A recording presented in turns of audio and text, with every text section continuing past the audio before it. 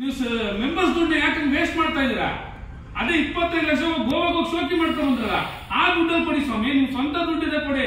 ನಿಮ್ಗೆ ಕೊಡೋ ಅಧಿಕಾರ ಇದೆ, ನಿಮ್ಗೆ ಕೊಡೋ ರೈಟ್ಸ್ ಇದೆ, ನಿಮ್ಗೆ ಕೊಡುವಂತ ಕೆಪಾಸಿಟಿ ಕೇಪಬಿಲಿಟಿ ನಿಮ್ಮಲ್ಲಿ ಇದೆ. ಈ ನಿರ್ದೇಶಿಗೆ ಕೊಡಿ ಸ್ವಂತ ದುಡ್ಡಿಂದ. ಸಮಾಜದ 108 ಸಮಸ್ಯೆಗಳು ಆಗ್ತಾ ಇರ್ತದೆ. ದಯವಿಟ್ಟು ಅವ್ರ ಮನೆ ಹೋಗೆಲ್ಲ ಕೊಡಿ 1,50,000. ನಿಮ್ಮ ದೇವರು ಅಂತ ನೋಡ್ತಾರೆ. ನೀವು ಗೋವಾಗ ಹೋಗ್ಬಿಟ್ಟು 57 ಜನ ಹೋಗ್ಬಿಟ್ಟು ಪಾರ್ಟಿ ಮಾಡ್ಕೊಂಡ್ಬಿಟ್ಟು ಎಣ್ಣೆ ಮಾಡಿಸ್ಬಿಟ್ರೆ ನಿಮ್ಮನ್ನ ಯಾರು ದೇವರು ಅನ್ನಲ್ಲ, ಶೋಕಿ ಮಾಡೋ ಅಧ್ಯಕ್ಷ ಅಂತಾರೆ. 25 ಲಕ್ಷ ಖರ್ಚು ಮಾಡ್ಕೊಂಡು ಮಾಡ್ತಿದಾರಲ್ಲ ಸರ್ ಅವರು.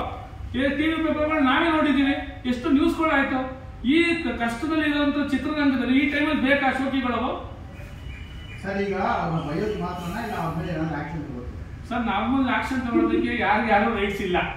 ಸೊ ನಮ್ದು ಪ್ರತ್ಯೇಕದ ಚೇಂಬರ್, ಅವ್ರದೊಂದು ಚೇಂಬರ್. ನಮ್ಮಲ್ಲೇನೋ ಸಮಸ್ಯೆಗಳಂದ್ರೆ ಅವ್ರಿಗೆ ಆಕ್ಷನ್ ತಗೊಳ್ಳೋ ರೈಟ್ಸ್ ಇಲ್ಲ, ಅವರಲ್ಲೇನೋ ಸಮಸ್ಯೆಗಳು ನಾವು ಆಕ್ಷನ್ ತಗೊಳ್ಳೋ ರೈಟ್ಸ್ ಇಲ್ಲ. ಕಾನೂನು ಇದೆ, ಮತ್ತೆ ದುಡ್ಡು ಹೌದು ಕೇಳೋ ರೈಟ್ಸ್ ಇದೆ ಅಷ್ಟೇ, ಆಕ್ಷನ್ ತಗೊಳ್ಳೋ ರೈಟ್ಸ್ ಇಲ್ಲ. ನಾವು ಡಿಎಲ್ ಲೆಟರ್ ಕೊಟ್ಟಿದ್ದೀವಿ, ಆಲ್ರೆಡಿ ಡಿಸ್ಟ್ರಿಕ್ಟ್ ರಿಜಿಸ್ಟರ್ಗೆ ಲೆಟರ್ ಕೊಟ್ಟಿದ್ದೀವಿ. ನಾನು ಆಸ್ ಎ ಮೆಂಬರ್ ಆಗಿದ್ರೆ ಲೆಟರ್ ಕೊಟ್ಟಿದ್ದೀನಿ. నేను ಚೇಂಬರ್ ಮಾಡಿದ್ದೀನಿ ಅಂತ ಲೆಟರ್ ಕೊಟ್ಟಿದ್ದೆ. ನಾನೊಬ್ಬ ಮೆಂಬರು, ಚೇಂಬರ್ ದುಡ್ಡು ಈಗ ನಾಳೆ ಮಾಡ್ತಾ ಇದ್ದಾರೆ ನೋಡಿ, ಇದಕ್ಕೊಂದು ಆಕ್ಷನ್ ತಗೊಳ್ಳಿ ಅಂತ ನಾನು ಲೆಟರ್ ಕೊಟ್ಟಿದ್ದೀನಿ. ಆಗ ಒಂದು 15-20 ದಿವಸ ಆಯ್ತು ಸರ್. ರಿಪ್ಲೈ ಇನ್ನೂ ಬಂದಿಲ್ಲ. RTIಗೆ ಹಾಕ್ತೀನಿ ರಿಪ್ಲೈ ಕೊಡಿ ಇದಕ್ಕೇನು ಅಂತ. ಯಾಕೆಂದ್ರೆ ಅಲ್ಲೆಲ್ಲ ಇನ್ಫ್ಲೂಯೆನ್ಸ್ ನಡೀತಾ ಇರ್ತವೆ. ರಿಪ್ಲೈ ಸಡನ್ ಆಗಿ ಬರಲ್ಲ. ದಯವಿಟ್ಟು